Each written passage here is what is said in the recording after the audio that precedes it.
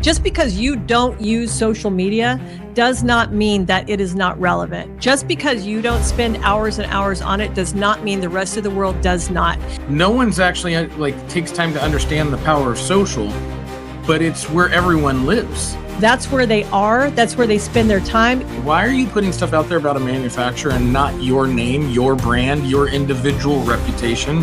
The name on the building, that's your brand. Who are your people? What is your culture? That's your brand. Please don't unleash your people on social media without a plan. So if you think you're going to jump in here in a week and you're going to sell a car, you're not. But what we're going to do, the first thing we're going to do is start doing CPR on your Facebook profile.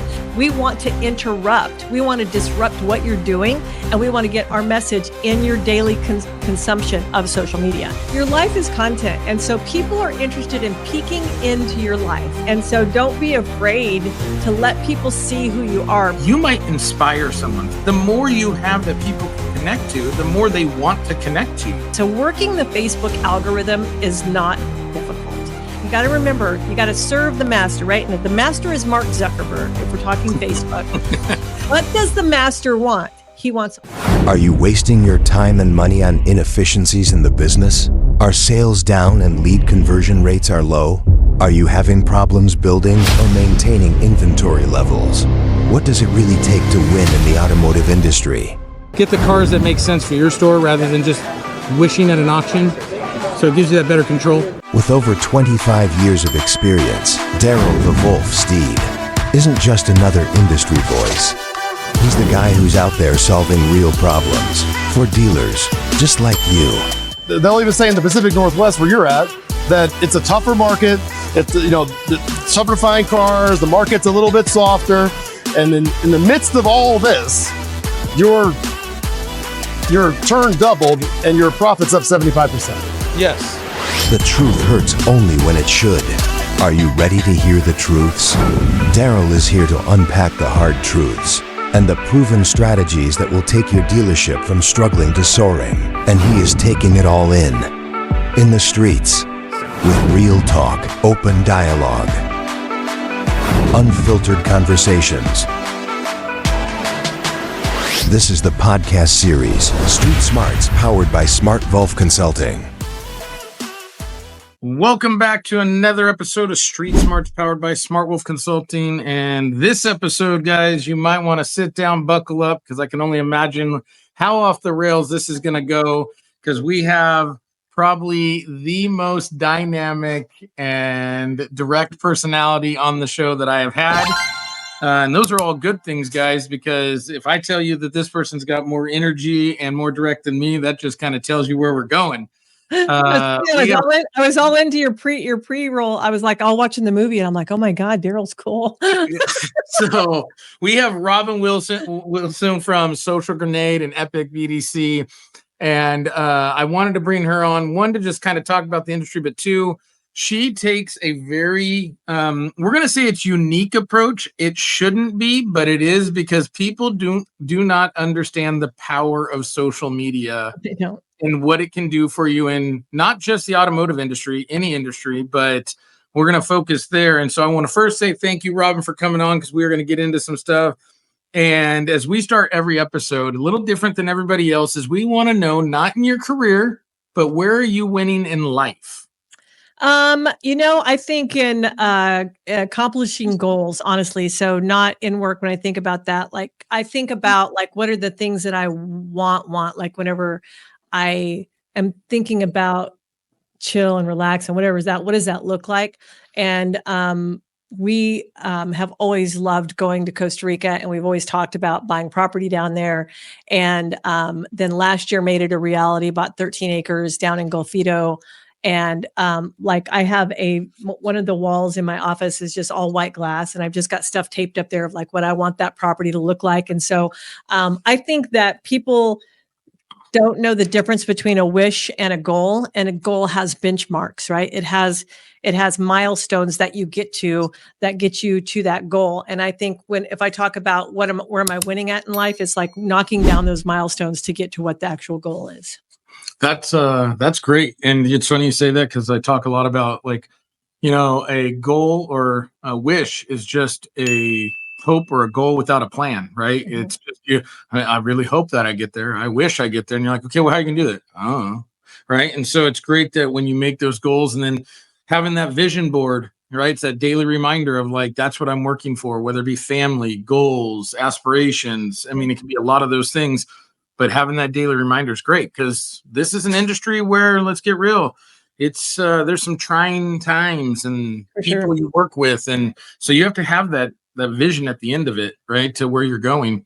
Now the auto industry, it's seen its level of the roller coaster ride over the last couple of years. I mean, if you've been in it as long as I have, and like '08, when the financial crash happened, that was an unexpected wake up call for people. But the last couple of years has kind of been different because everyone kind of got put into fantasy land with the fake flu, aka COVID.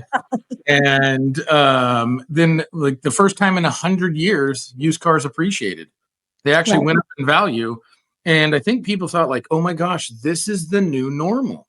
And then they got a real brief cloud in the sky type of feeling, and then real sharp fall off the cliff. And And I now don't know why they thought that was reality because all of the rest of us were going, "This is not gonna last. This is not sustainable. This is not the real world. The market will correct itself." well, and I think it's because everyone, once it happened for more than 6 months, they were like, maybe, like you start convincing yourself, maybe this is the new normal. Because let's get real, if that would have been the new normal, I mean, no one really had to do anything. You just said, yeah, I have it, and people bought it. But we knew it was going to course correct. And where I think this is interesting into like what we see the market now is we've seen a lack or a drop off drastically. And this isn't my conjecture. This is something that has been not only proven, but been talked about now for the last years in talent of the sales aspect, Oh right? my Of like just the salespeople, managers, leadership, whatever it may be. Talent has dropped off because people kind of got like fat and lazy, so to say. They forgot how to do their job. And you have provided a solution, a tool, an educational and sales-based tool, right? Because it helps you learn and it helps you get more opportunities with Social Grenade. And where I find it very interesting is that's where we started off and introducing you is like it's unique because no one's actually like takes time to understand the power of social, but it's where everyone lives. I mean, we live in our phone, we live in these social apps, whether it be, I mean, we can go over the main ones, but I mean, now there's all these different iterations of this stuff depending on your age bracket. And what I find interesting is that I deal with dealers every day of the week talking about how they hate third-party leads and they're not effective and they cost droves of money. I mean, droves of money, Right. from ICO to AccuTrade to AutoTrader to Cars.com to all these big things to drive traffic to you. And then there's this thing, this social media thing that they have ultimate control of, and it's free.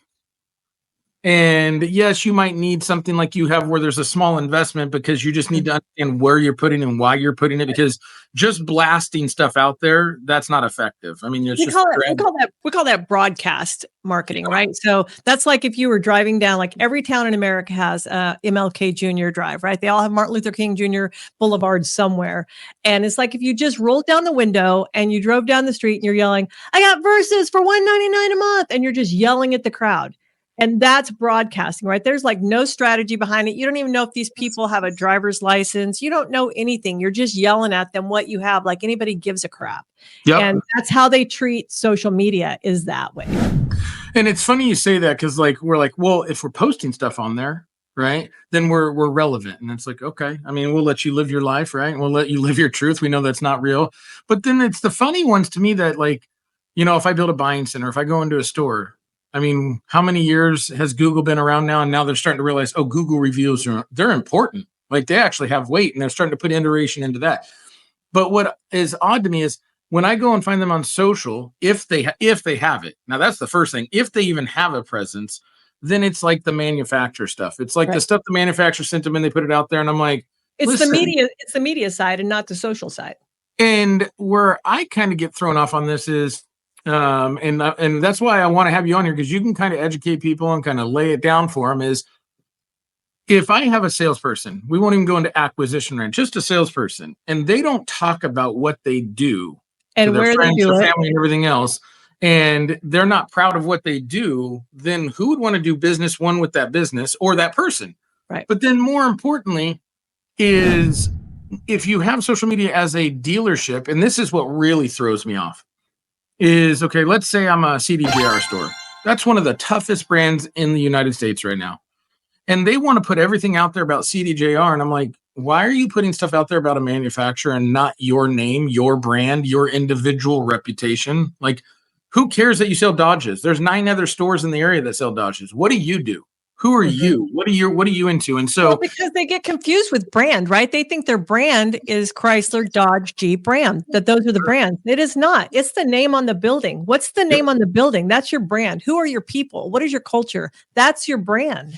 Yeah, because at the end of the day, I was talking to a group and they're like, when you see turnover, I mean, turnover could be a couple different things, but they said consumer experience could really be weighted and evaluated based on how you treat your people, because your people are a reflection of treatment.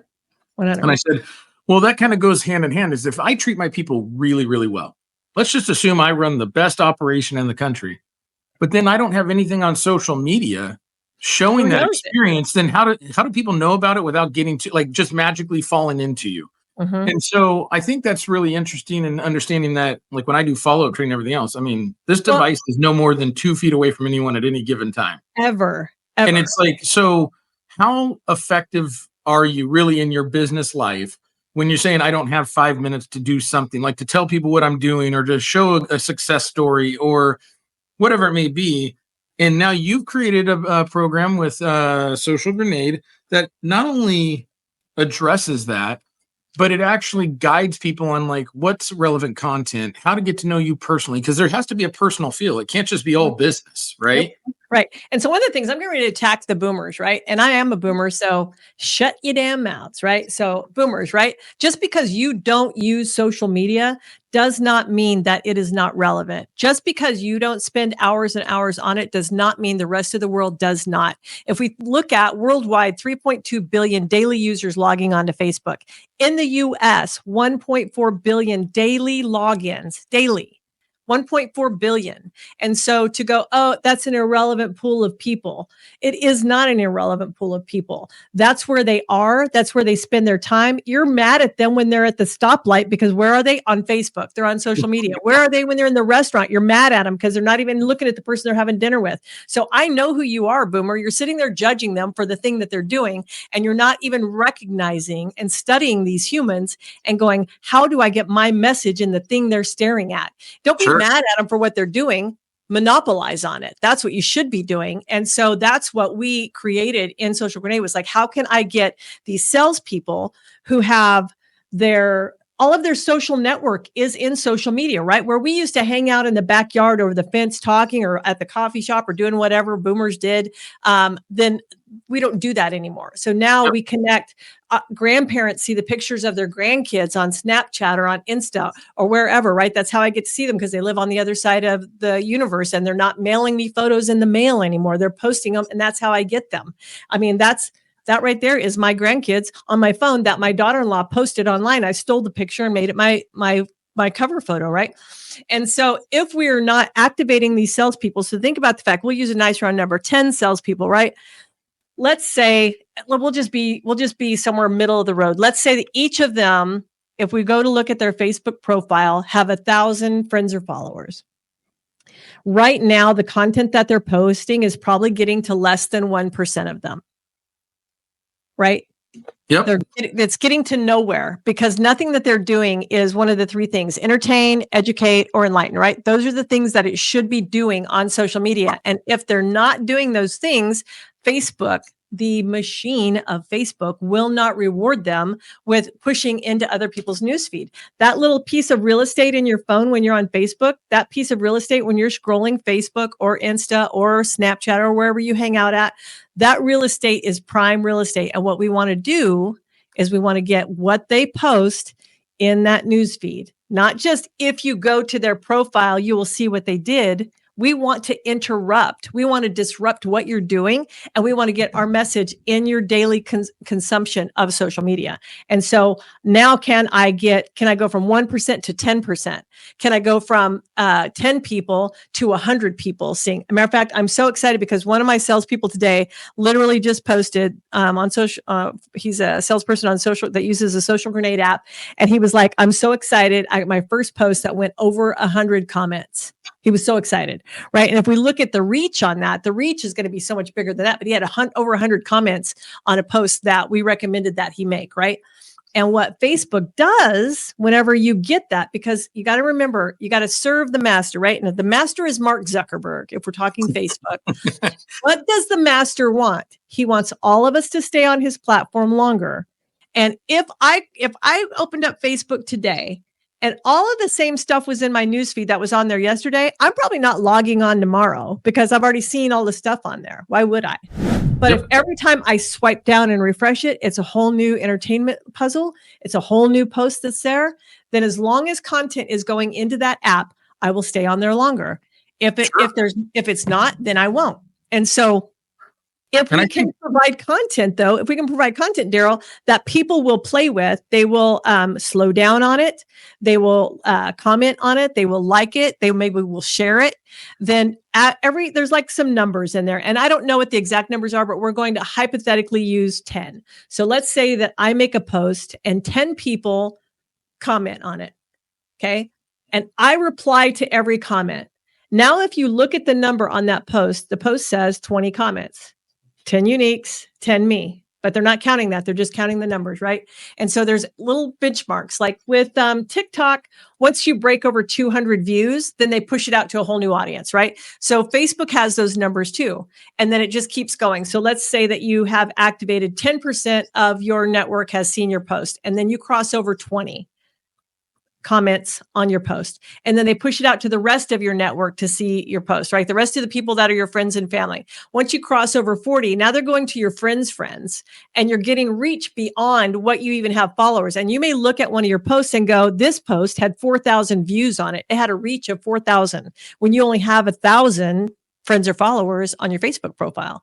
Sure. And it's because we have either entertained them, we have educated them, or we have brought them some sort of enlightenment or motivation.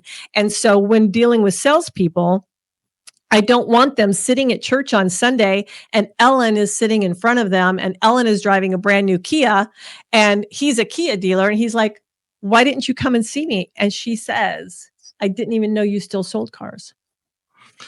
Yeah. And I think we see that a lot. And it's funny you say, so it's the engage, enlighten, and what's the other? Entertain. So the 3 E's, right? Is when you think about that too, is like, so a lot of like the training that I do is when you're responding to customers, you know, we have gotten ourselves into a very bad habit of telling people, right? This is what I do. This is what I do. This is what I do. Oddly enough, I don't train like that. I ask them, I'm like, hey, how's things going? What would you improve? Where do you need help? Why'd you get a hold of me? Like, why do you think I could help you? Things like that. And the reason why is because then we can find out their motivations. But I also see that in social posting because you do a post and maybe it's a cool GIF, right? And you're just like, it's something funny and that's fine because that's entertainment. But it's like when you post something, if you want comments, right? You're never asking a question. You're never doing anything. And the one that it always comes to my head every time. And you'll relate to this. I'll relate to this. My kids won't because they don't even know what one of these things are. But it's just a picture of a drive-in movie theater. And it says, what's the last movie you or what is this? And what's the last thing you saw on it? And you'll see all kinds of people going like, I have no idea. It's a billboard. It's a this. And I'm like, well, it's a drive-in movie theater, right? And then you think of the last movie that you saw on it, right? So it engages comments, right? Because again, like you said, you're feeding the master, the beast of, if they say you need comments, which I know, and it's not for social consumption in the sense of like business, but LinkedIn now is rating everything based on comments, right? So you can like, and you can do all the little damn emojis on this thing. But if you don't get comments, they're like, it's not as relevant. And rightly so, because if you don't get comments, then someone can like. I think it's kind of weighted, right? So I kind of break it into money, right? So people can understand that. So a like is worth $0.25. And a comment is worth 50 cents and a share is worth $1. So like, I just really break it down like that and go, okay, that's okay. But you gave me a quarter tip, and I really wanted that. I really wanted that dollar, Well, and so I always think about like if that. I don't share it, it's because I didn't think it was funny enough, or I didn't think it was engaging, because I didn't feel right, because it's a feeling thing. There's no analytics. It's the feeling like I didn't feel I wanted to share it with other people, right? So I think it's interesting that now you've got this platform that salespeople. We even talked about like from acquisition that it could be tailored into acquisition too, because you guys can build that out. And I always tell dealers like, hey, you guys should be using your people in social media. That should be part of their job. Like, why wouldn't you? Like, now when I say that though, it's to preface a conversation. They should reach out to you, because please don't unleash your people on social media without a plan. Because it's like if you let them sell cars without batteries, right? Yeah, Why? I mean, like, go sell that car. I can't. And they're like, well, our guys don't. They don't really do it. They don't know. And I'm like, well, I get it, because again, if they don't know what to send, I don't want them out there just unloading nonsense either.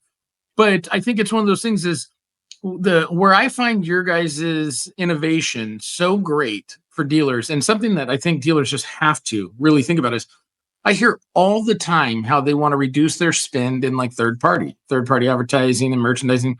And you have this tool, and you can boost stuff and everything else, but I'm going to jump into that because I want to know your opinion on something I watched. But if you're putting on posts and you're doing them effectively and they're getting engagement, they're going to build up their following, which then in turn is a extension of your brand, right? Or your business.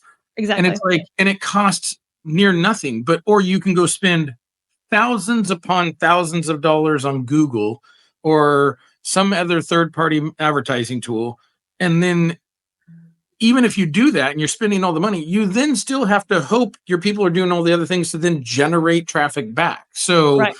So we think about the difference between third-party leads and what I call first-party leads. Sure. So first-party leads are your network of people. And back in the olden days, right? Like not that long ago, we handed them a yellow legal pad when they started day one and said, write the names and phone numbers of every family member and friend that you have, because you're going to go through them and call each one of them and see if they're in the market for a vehicle. That's what they told you to do. And you would sit there with your pen all day long, writing this stupid list of people. And then you're like, oh my God, I have to call these people and I owe her $20. I don't want to call her. And so now social media is the way to do that. Right. And I think about first party warm leads, right? If I start a conversation with somebody on social, whether they're my friend or they're the friend of a friend, or they came to me somehow and I don't even know. And I'll tell you, I'm going to address this anomaly before we move on to first party leads, is like, think about the fact that you and I didn't meet face to face until NADA, right? Yep. And I think about all of the people that I know online that I've spoken to, or I've watched what they do. Like I always use Adam Marburger as my example. Adam, I know, here's what I know about him. I know he lives in St. Louis, so he's 4 hours from me. I know that he bought a new house last year and had a pool put in. And I know that he has a studio where he trains people in martial arts, I think jujitsu. There's a lot of things that I know. He knows he has Ascent Dealer Services. He has a new product out that's helping dentists with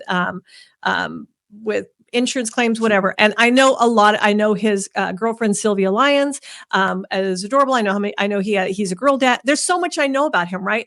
And that we have connected so many times.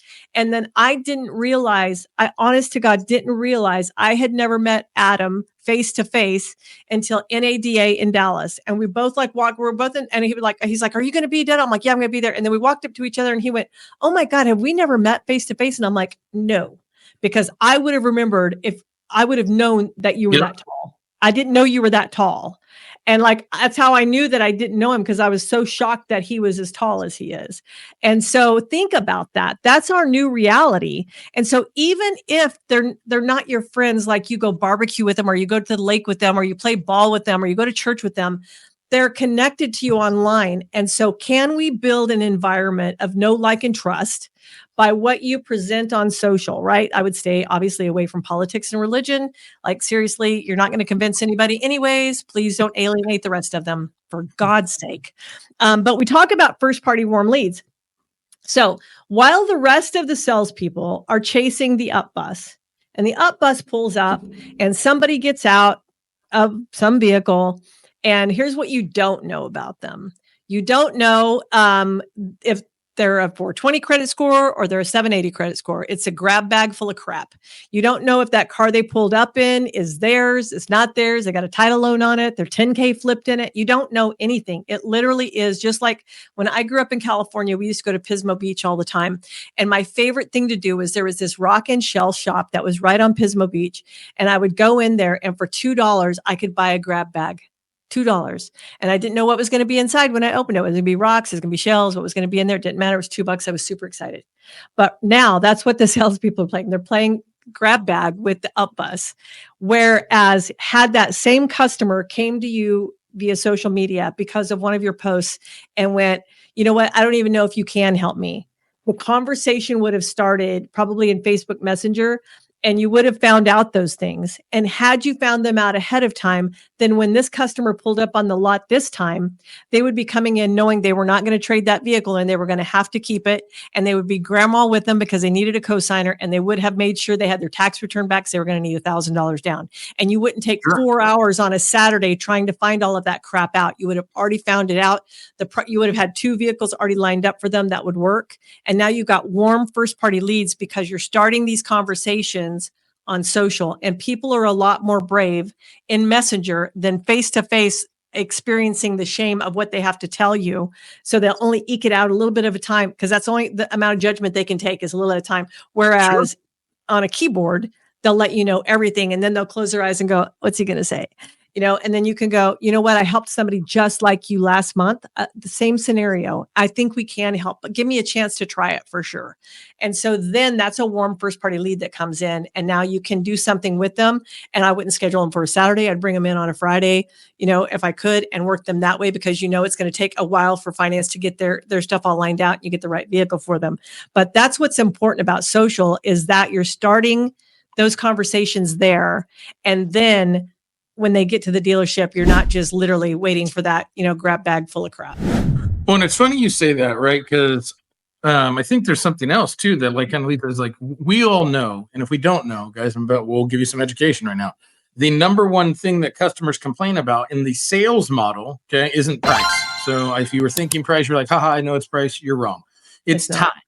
Yes. It's time. So when you're cooking them in that easy bake oven in the showroom and you're just letting them just melt, is how many people, if it's first party, refer a friend, family member, whatever it may be, when they come in there, is still sitting in your showroom for hours? If they are, good Lord, your process is broken. But if you handled it right through the social media avenue and the online setup to where you can do all those things, when they come in, this should be the most pleasurable experience in the world. I didn't say their score would be great. I didn't say their credit.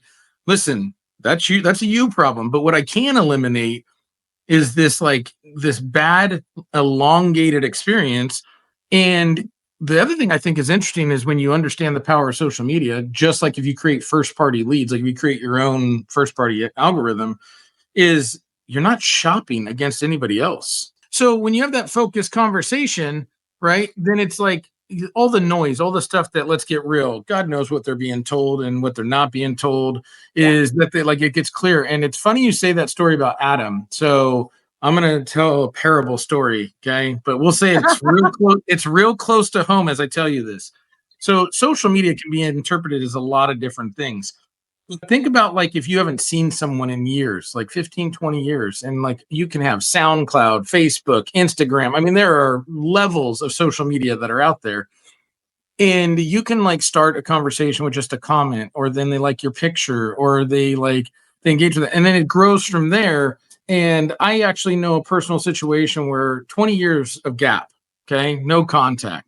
And then they started commenting on one thing and saying, hey, really cool this, really cool that. And then it was and that was a year or two. Then it was an exchange of 1 or 2 comments. Then it was a picture exchange.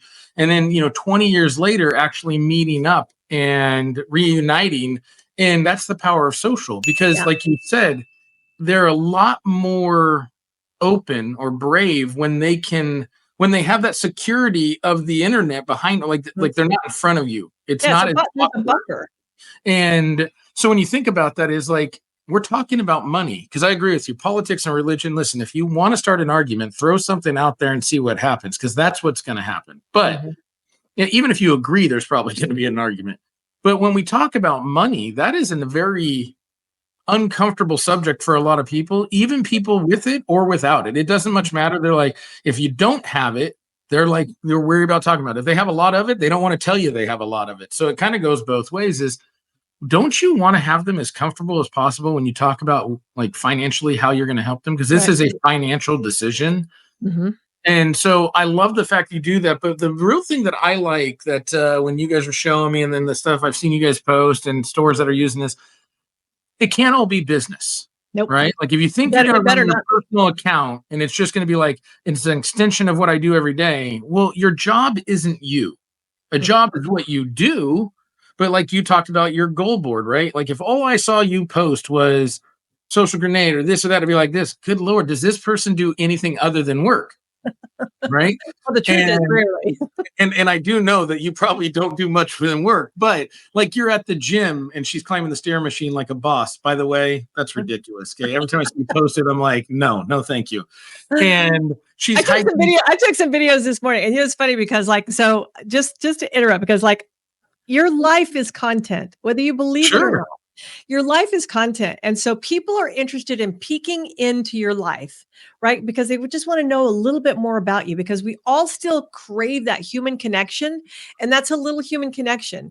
And so I'm going to tell you, when old Boomer here was at the gym this morning and I'm having to do my bench presses, I'm like going, I'm going to video this. Like, it's probably not pretty because I don't even have any weights on it. The bar enough right now is heavy enough for me.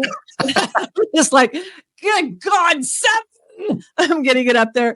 But you know what I'm saying? Like, but that is content. And so don't be afraid to let people see who you are, because we all want to do business with another person. Sure. We don't want to do business with a business. Like, we don't go, oh my God, Total Chevrolet is the place. No, Ben at Total Chevrolet is the dude. And it's funny you say that, because I tell people to do videos, right? Like it's in a follow-up. But not like, listen, don't be doing these huge production videos. No, do like every day the video. And the reason why is because if I see your face, right, 3 things I know are going to happen. 1, you're going to remind me of someone I didn't like. Oops. I'm going to remind you of someone I did like. Or they're going to see you and go, oh, he's just a regular person and I like him.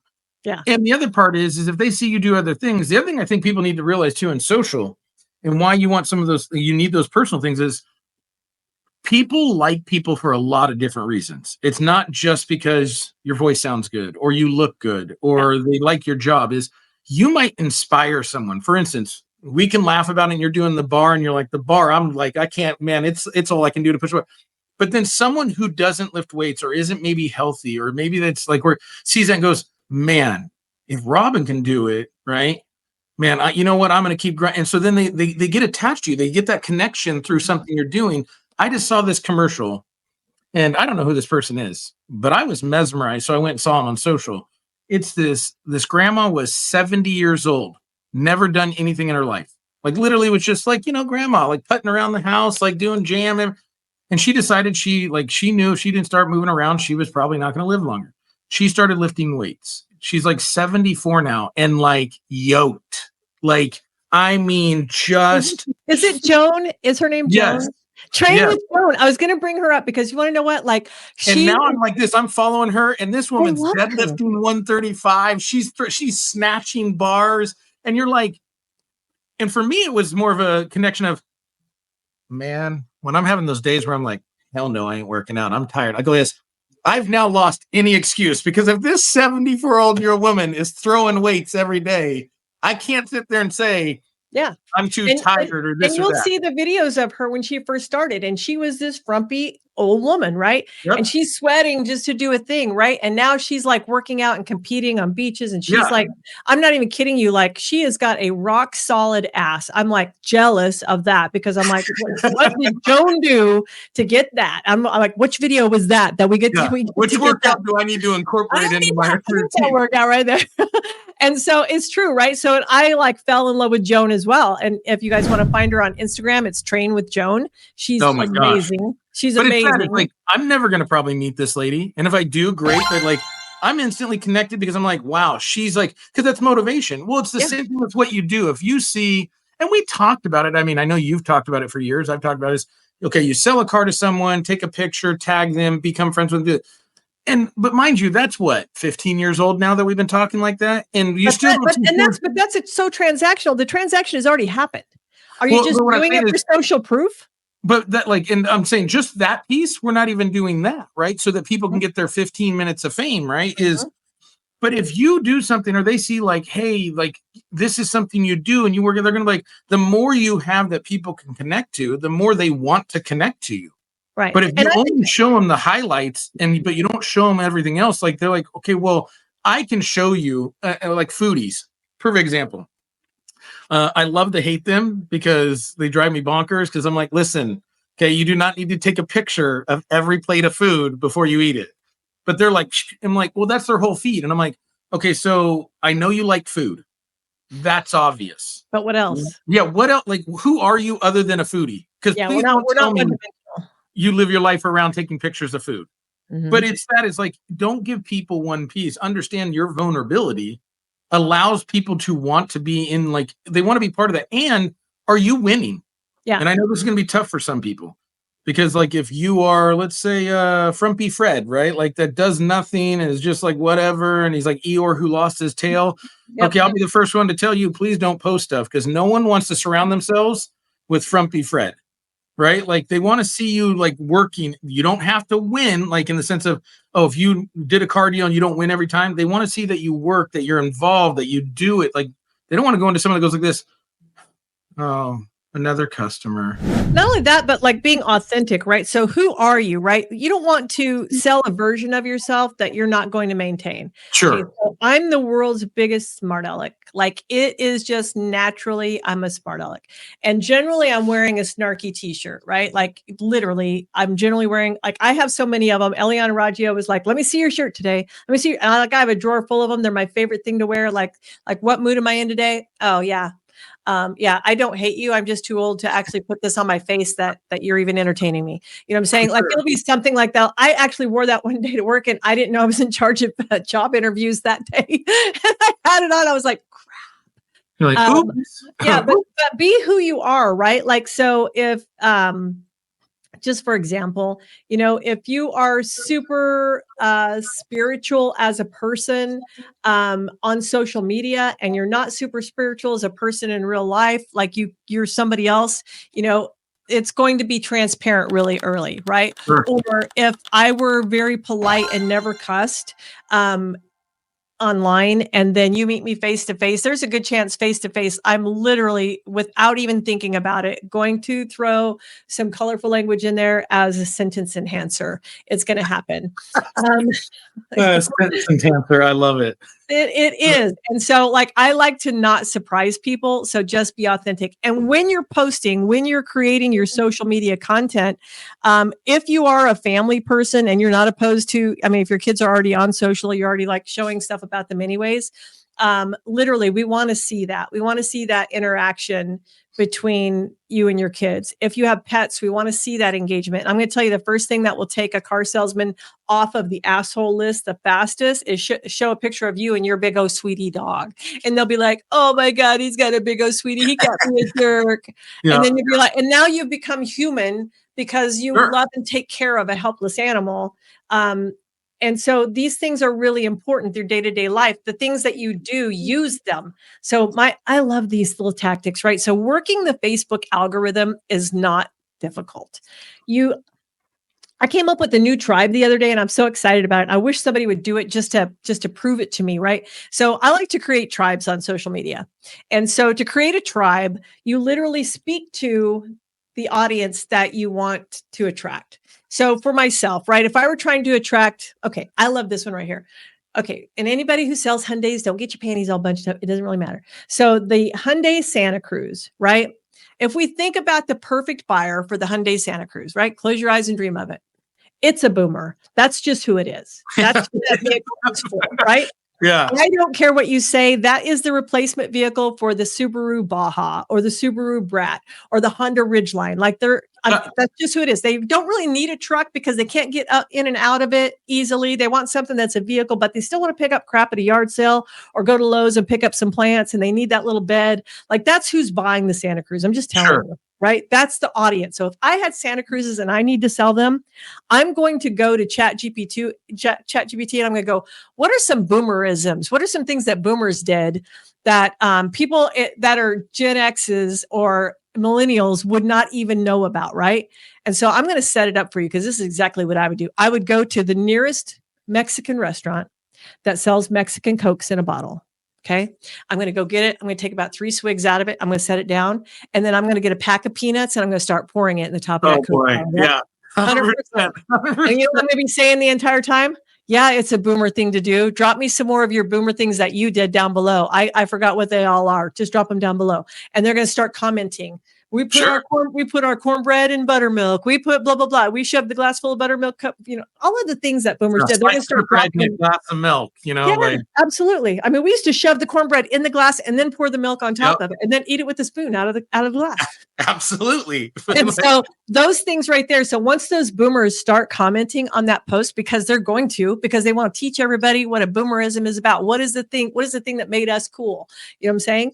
And so now for the next 24 to 36 hours, I've sucked these boomers into my universe, right? I'm going to reply back to every one of them. I'm going to go, oh my God, I totally forgot all about them. I'm going to make a note of all these because I'm going to use them later. And then I'm going to post the picture of the Santa Cruz next, because all of these boomers are going to see it. And it's going to go, hey, boomer, come and get this car. Your yard sale needs a pickup. That there's things that need to be picked up in your neighborhood and you need this vehicle. Come get it. I'm going to speak back to them because I created them in my universe. I brought them in. Sure. And Facebook is honoring this group of people by giving them more of my content because they said, I'm interested in what she posts because they commented on my post, right? They maybe even have shared it. If I asked them to share it, they would.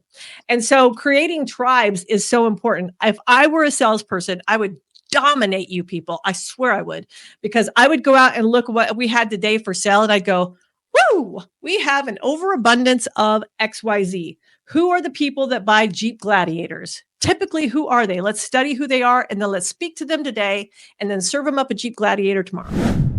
Well, and it's funny you say that too, because like when you're talking to them, when I'm hearing you say all this, right, and for salespeople, right, I hope you take this one takeaway away that I'm going to say, because take everything that Robin just gave you, but when you're doing follow-up, because I know it's how I know every salesman in the world is super excited about sitting in the meeting and doing follow-up and making phone calls and emails. I know it. It's your favorite part of the day. But when you're doing this, how cool would it be like you're creating something that people will actually respond rather than like, okay, Robin, I'll go do my email and my phone call and my text. And you're basically clicking a box with by the way, with an absolute shitty template that hasn't been changed in forever. But now you can say, okay, I've got this unique thing. They've responded based on this. And then when you write them back, they're going to respond because they've already engaged. Like, they're guessing. They like what you're putting down. You don't have to guess at this. So I think it's interesting. Like, now I know what I'm about to say is going to be like heresy. Okay. It's going to be like, oh, how dare you. This does require that you do a little bit of work, guys. You actually have to I actually have to create something, whether you do a little PowerPoint slide or you do a video of yourself, or you have to go to ChatGPT and take 45 seconds to type in a sentence and get some results. So yeah, you have to put in a little effort. But again, if I put in this effort and I start getting these tribes and start getting this audience and I start getting this, then do you need to be the guy who's out on the point chasing the, as you called it, the grab bag or the whatever they call it, the mystery bag of shit, so whatever it is? Exactly. Because it's almost like, and it's funny you say boomers, because one of the best salesperson I ever met, boomer generation, tail end of it, but he understood service drive, which is very much like a social media aspect. This guy never took an up, never took a lead. He worked the service drive and just came in and he was there from 7 to noon every day. That's it. Passed out, talked to people, everything else. And this guy, I kid you not, without fail, like if he missed a week, he still sold 30 cars. Because they knew if they wanted something, they were like, oh, I'll wait and they waited for them. Like, and he would come out, give him a cup of coffee, ask him this, ask him questions, say, you know what I'm going to do? when you guys come back, I'm just going to have a little thing ready for you guys, something for you to consider. And there was no sales pitch. Right. It was just consideration. And then when they said, you know what, I'm ready, no salesman in the world could get this customer to talk to him because they were like, no, I want Joey. Yeah. Like, and so it's like, yes, it takes a little bit of effort, but why would you want to work for hope when you engage with people that already like you? Right.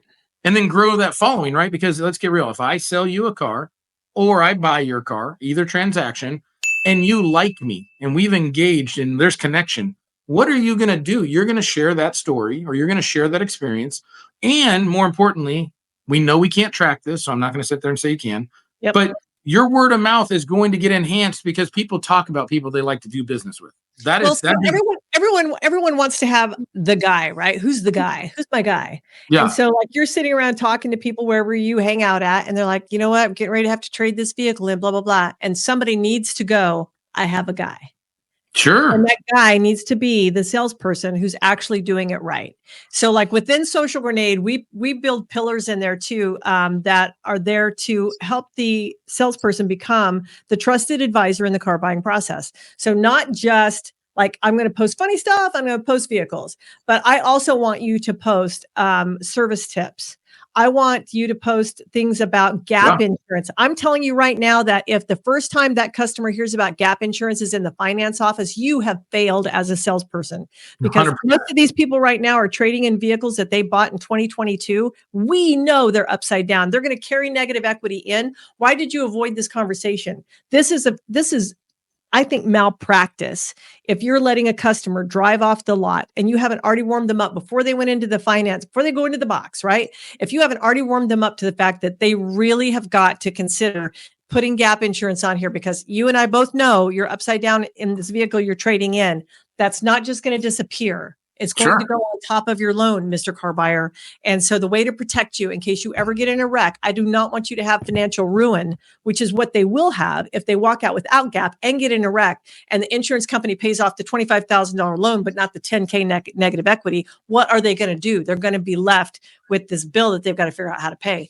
And so I want our salespeople who use Social Grenade, I want them talking about gap, about any of the products that they feel like, whether it's a warranty, it's an extended warranty, whatever it is, I want them having those discussions now. If you knew how many people don't know that they're probably an ideal candidate for a lease because maybe their parents never leased and they just didn't know. And if you talk about their buying cycle, if they buy every 3 years, no matter what, and they're staying in this certain mileage right here, literally, why would they not lease? It's illogical. It's illogical to not even broach that. And those are pieces of content that can go out on social media. I tell this story all the time about like my tire rotation, right? Like I never knew how often I was supposed to have my tires rotated until I was in my 50s. And literally, I didn't know that there was like 7,500 miles. It's time to rotate your tires. When they would come to me in the service department and go, Miss Wilson, we just got through changing your oil and we think it's time to rotate your tires. And I would be all skeptical, like they're trying to screw me over. I'd like, how do you know? How do you know they need rotated? Like, what do you mean they need to be rotated? These tires. And where are you going to rotate them to? Like, you're just all going to go around. I don't even understand what you're doing that for. And so nobody ever took the time to explain that to me. As a salesperson, this is your golden hour to tell people, if you're running on synthetic oil and you call in to make an appointment for an oil change, let them know to rotate your tires at the same time, because they're due. They're due at the same time that your oil change is due. Every time. And so now they're not unprepared for that extra whatever dollar amount it is to get your tires rotated. They know I'm going to get my oil changed and my tires rotated. And I'm going to tell you, I have my Jeep. My lease is up. My 3-year lease is up in June. And just now, this last oil change, whenever I called to make the oil change appointment, the lady said, "Hey, we should probably rotate your tires too. So just going to let you know that, blah, blah, blah." And I said, "Yes, thank you for finally saying that to me, because nobody has done it up to this point and nobody's even offered it up to this point. And you guys should have already." Yep. And so all of the things that we build into the app are to make you be that salesperson. And it's not just the app. So we send you a daily text reminder, because I know that I could create the world's greatest app. And if I don't remind you, you're not going to use it. You're going to get busy stickering windows or lot rodeo or whatever it is that you're going to do for the day, or holding down that piece of concrete, whatever it is. And so now I send you a daily text reminder that says, "Hey, Robin, today's a great day for you to go into Social Grenade and grab a piece of engaging content and then reply back to everybody who comments on that post. Stay with it all day long. The next day, if I've asked you to go into engaging, the next day should be a vehicle post. And I'm going to say, go out on your lot today and take a picture of an old age unit that your manager wants to move. Post that today. Use some strong verbiage and a call to action. And so the strategy behind it is entertain them today. They're going to play with you. And then tomorrow, give them the thing that you want them to see. And so then the third part of that is that we have ongoing social media training. So we have a Facebook group that if you are a subscriber to Social Grenade, you're in there with me. I put videos in there, trainings in there. We all share our successes and our wins in there. We make the team screenshot. Once we move them to professional mode on Facebook, we make them screenshot their analytics. And so like we saw somebody this past week that his increase in reach was 4,444%. We're like, that's pretty badass. I'm sure that's translating into success as well, right? Or to results as well. Absolutely. Absolutely. If I can get their reach further, I can get conversations started. If I can get conversations started, then I can get sales to happen. Sure. You just really have to have those conversations starting. And so that's what we're doing is we're taking them down that path. So if you think you're going to jump in here in a week and you're going to sell a car, you're not. But what we're going to do, the first thing we're going to do is start doing CPR on your Facebook profile. And we're going to start giving it that nudge that it needs to be able to be alive again and start pushing into other people's news feeds. And then their awareness of you rises. The entire vibration of the dealership rises, because if we have 10 salespeople and 7 now are posting, now there are 7 people at your dealership, Mr. Dealer, who are talking about what they do and where they do it on the daily basis, where they weren't before. And so now they're getting noticed. And now his ad spend dollars are really like going further because he's getting this organic content, this organic engagement. These warm first party leads are coming in through his salespeople now. And that's helped putting more steak on the table for the salespeople. No, and it's funny you say that because, like, let's say we're spending, we'll just use round numbers, $50,000 a month on third party stuff, the cars, the auto traders, the car gurus, all the things. Mm-hmm. And you get Social Grenade, which is significantly less than that. And then all these guys get better at their social aspect and they're driving in traffic.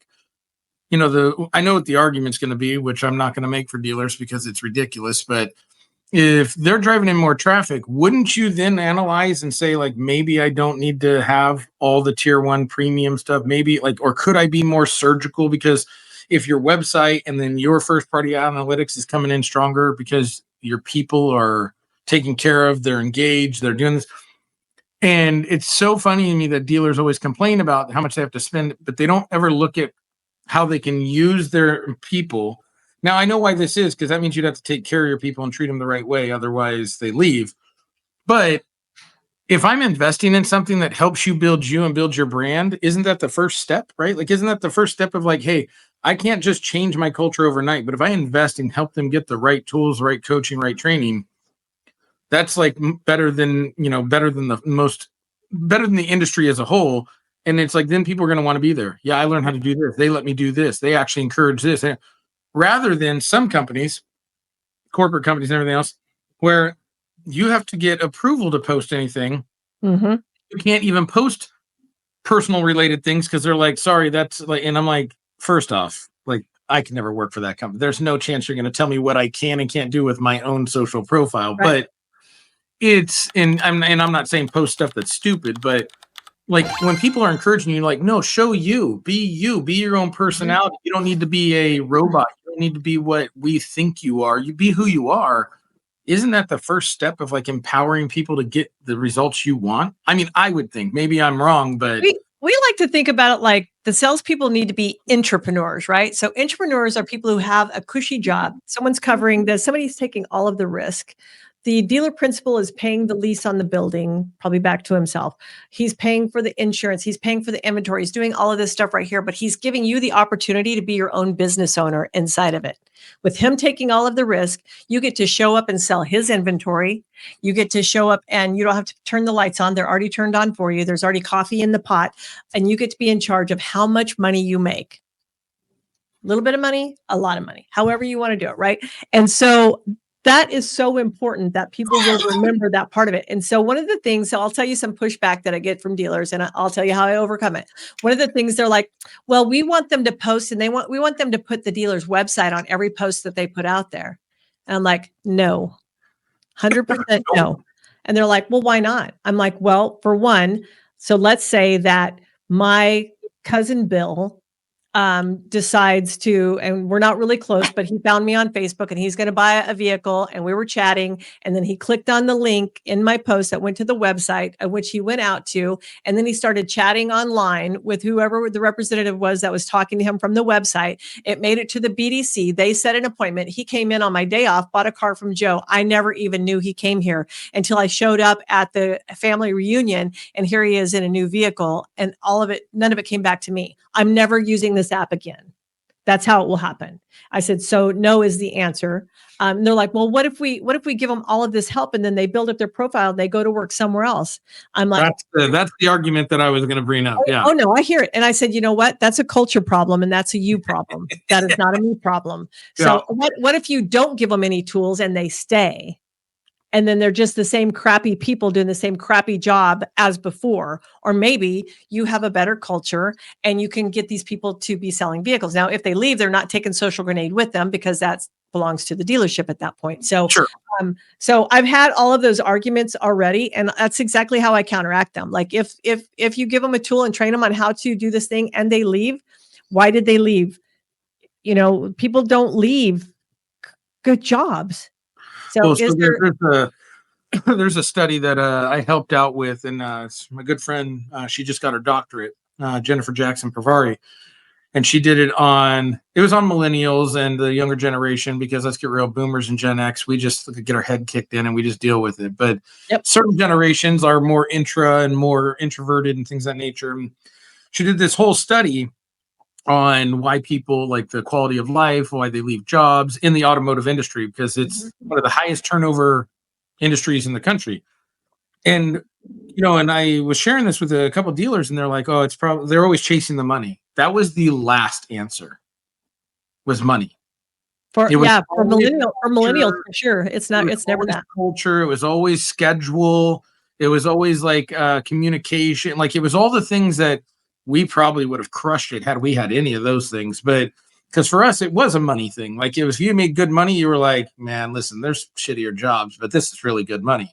Now they're like, I'll go get the shittier, like I'll go get another job for less money if it's got a better schedule, better quality of life, better culture, cleaner bathrooms. Cleaner bathrooms, more opportunity. But the funny thing you talked about, like when dealers say, well, what if they leave? And I challenged the dealer to this because I was like, forget your salespeople. I'm not even going to get into that semantical argument because that's just a philosophy problem. But I said, let's say you're leaders and you're like worried about training them and developing them because they will leave. Well, if I train you and I show you everything you need to know to be a GSM or a GM, but then there's no advancement here because like you keep your people, which is great if they're effective. Why would you ever be mad that that person has an opportunity to go somewhere else? If anything, right. I said you should be so proud of them that you actually created something and threw it out into the world. And you know what that person's going to do? Probably emulate it in most cases. But if not, they're going to say to, like, if someone came into their store now, you left because you got promoted somewhere else, you're running a store. They may not be able to run their store that way. Different ownership, different whatever else. You know what they're going to do? They're going to look at an employer or whatever else and say, you know what you should do? You should go apply over there. They would be a great place for you to start because they know that you're going to get trained. Right. Right. And so I always laughed. I'm like, I always was never worried about losing my job.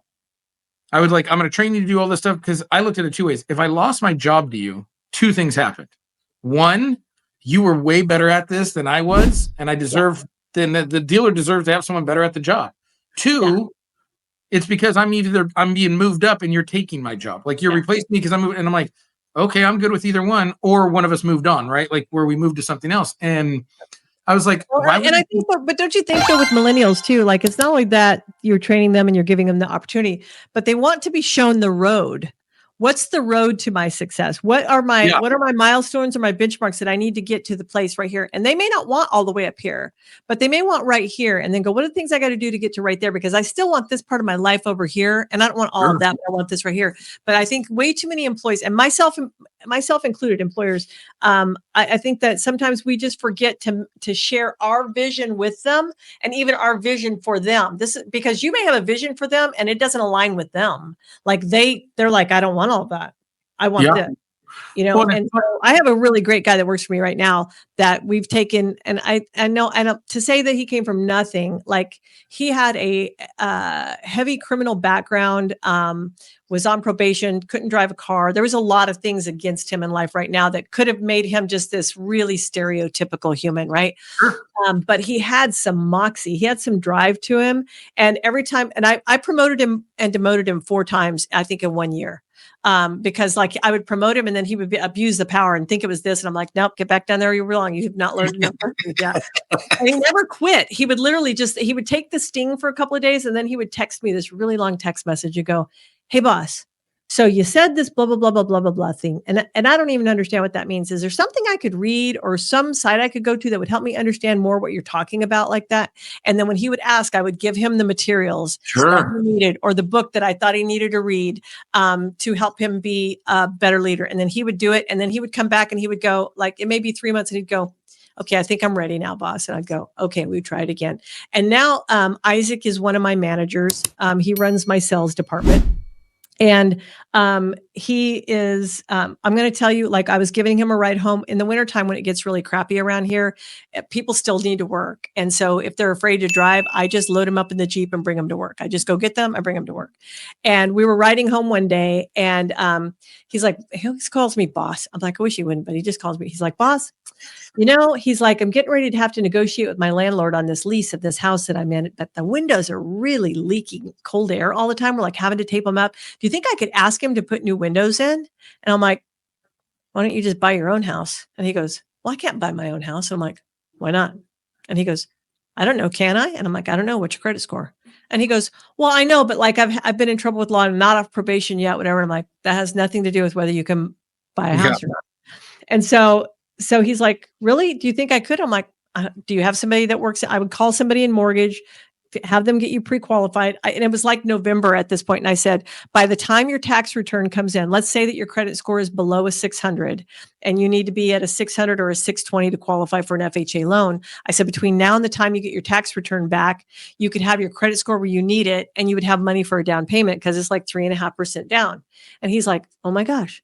And so he starts taking the steps, right? And then he gets pre-qualified for a house. And he literally owns his own house right now. He bought a house that year. And the thing is that if you don't understand their vision for themselves, how can you help them if you don't understand anything about them? And so for your salespeople, for the dealers, right? If you don't understand what they want out of life and you think they just want money, you're confused. Because I have an employee right now that like I offered her this big, huge bonus if we hit this one bogey. And she was just like, I don't care about that. I care. It causes me stress. I was having her do demos. It causes me stress to go into the closing part of it. Sure. Like, she couldn't make it even into a trial close. It caused her so much stress. And she's like, you could offer me $1 million right now. I'm not doing it. I'm not taking that step. I'm a presenter. I'm a performer. I am not a closer. I'm not a hunter. And she's like, I'm just not that person. And she was just like, it doesn't, she goes, and I need money. So please understand that that's not that just will not motivate me to do this thing.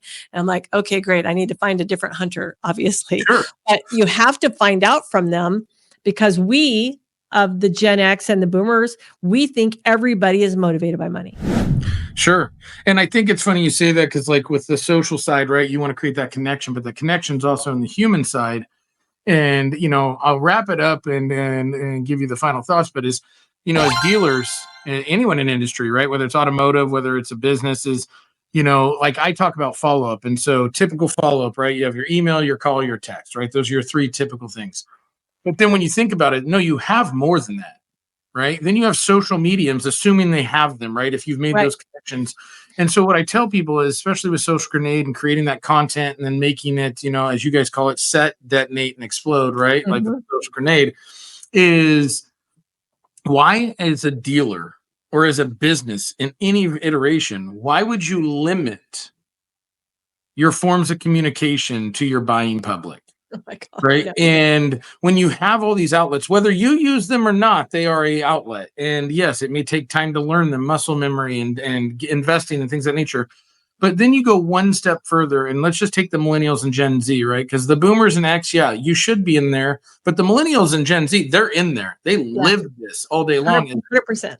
They're 100% in there. It's like, why are you trying to make them communicate the way you want to when you have a much better success to communicate the way they want to, right? I just leave that question out there because it's like, guys, it's time to realize you don't have 10 or 15 years to get engaged with how people live their life, which if this wasn't invented, you could have done whatever you wanted for the rest of the time. But the moment this was invented with apps and social media, you have to.